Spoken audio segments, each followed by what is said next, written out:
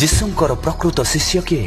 କୋଟି କୋଟି ଲୋକମାନେ ଆଜି କହୁଛନ୍ତି ମୁଁ ଯୀଶୁଙ୍କର ଶିଷ୍ୟ, କିନ୍ତୁ ଯୀଶୁ କହିଛନ୍ତି ଯଦି ତୁମ୍ଭେମାନେ ମୋହର ବାକ୍ୟରେ ସ୍ଥିର ହୋଇ ରହିବ ତେବେ ତୁମ୍ଭେମାନେ ମୋହର ପ୍ରକୃତ ଶିଷ୍ୟ।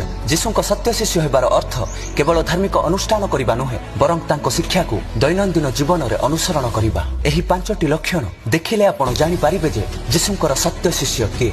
ପ୍ରଥମରେ ତାହାଙ୍କ ବାକ୍ୟରେ ସ୍ଥିର ହୋଇ ରୁହନ୍ତି, ଅର୍ଥାତ୍ ପ୍ରତିଦିନ ବାଇବଲ ପାଠ କରନ୍ତି, ଅନୁସନ୍ଧାନ କରନ୍ତି ଏବଂ ଜୀବନରେ ତାକୁ ପ୍ରୟୋଗ କରନ୍ତି। ଦ୍ୱିତୀୟରେ ନିଜକୁ ଅସ୍ୱୀକାର କରନ୍ତି, ଆପଣାର କ୍ରୁଶ ବହନ କରି ପ୍ରତିଦିନ ତାହାଙ୍କ ପଛରେ ଚାଲନ୍ତି, ଅର୍ଥାତ୍ ନିଜର ଇଚ୍ଛା, ଗର୍ବ ଓ ସ୍ୱାର୍ଥକୁ ତ୍ୟାଗ କରି ଯୀଶୁଙ୍କ ଆଦର୍ଶ ଅନୁସରଣ କରନ୍ତି, ପୁଣି ନିଜର ଦୁଃଖ କଷ୍ଟକୁ ବହନ କରି ପ୍ରତିଦିନ ତାହାଙ୍କ ପଛରେ ଚାଲନ୍ତି। ତୃତୀୟରେ ସେମାନେ ଯୀଶୁଙ୍କ ଭଳି ଅନ୍ୟମାନଙ୍କୁ ପ୍ରେମ କରନ୍ତି। ସେମାନେ କେବଳ ମିତ୍ରକୁ ପ୍ରେମ କରନ୍ତି ନାହିଁ, ଶତ୍ରୁକୁ ମଧ୍ୟ ପ୍ରେମ କରନ୍ତି, ଦୁଃଖୀକୁ ମଧ୍ୟ ପ୍ରେମ କରନ୍ତି, ପୁଣି ଦୟନୀୟକୁ ମଧ୍ୟ ପ୍ରେମ କରନ୍ତି। ଚତୁର୍ଥରେ ସେମାନେ ଫଳଦାୟକ ଜୀବନ ବଞ୍ଚନ୍ତି। ଏହି ଫଳ ହେଉଛି ଆତ୍ମାଙ୍କ ଫଳ, ପ୍ରେମ, ଶାନ୍ତି, ଦୟା, ନମ୍ରତା, ଶୁଭ କାର୍ଯ୍ୟ ଓ ଅନ୍ୟମାନଙ୍କୁ ଯୀଶୁଙ୍କ ନିକଟକୁ ଆଣିବା। ପଞ୍ଚମରେ ସେମାନେ ଯୀଶୁଙ୍କ ସମସ୍ତ ଆଜ୍ଞାକୁ ପାଳନ କରନ୍ତି।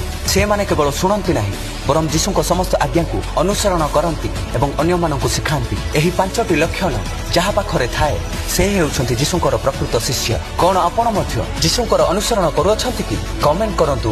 ଆମେନ୍।